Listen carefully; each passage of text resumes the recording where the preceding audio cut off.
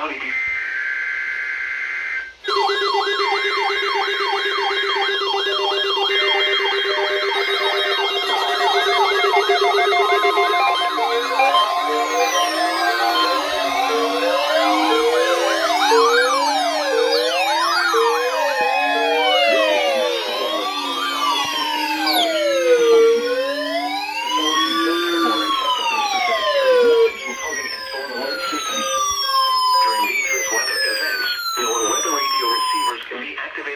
Systems.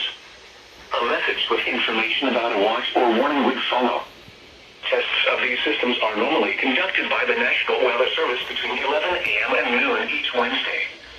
If there is a threat of severe weather, the test may be postponed until the next good weather day.